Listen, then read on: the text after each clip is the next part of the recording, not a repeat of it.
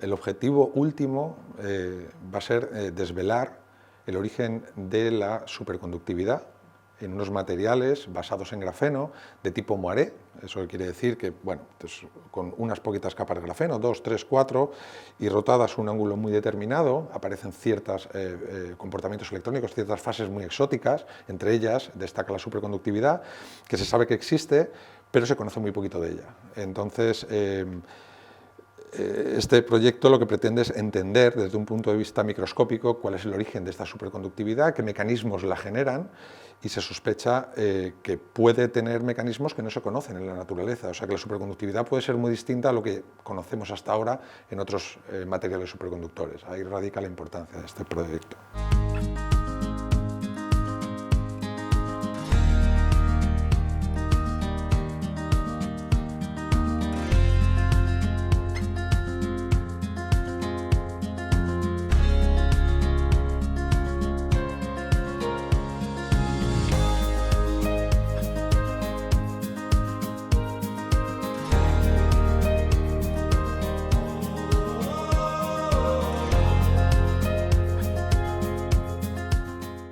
El DIPC, yo creo que con este proyecto tiene la oportunidad de convertirse en un polo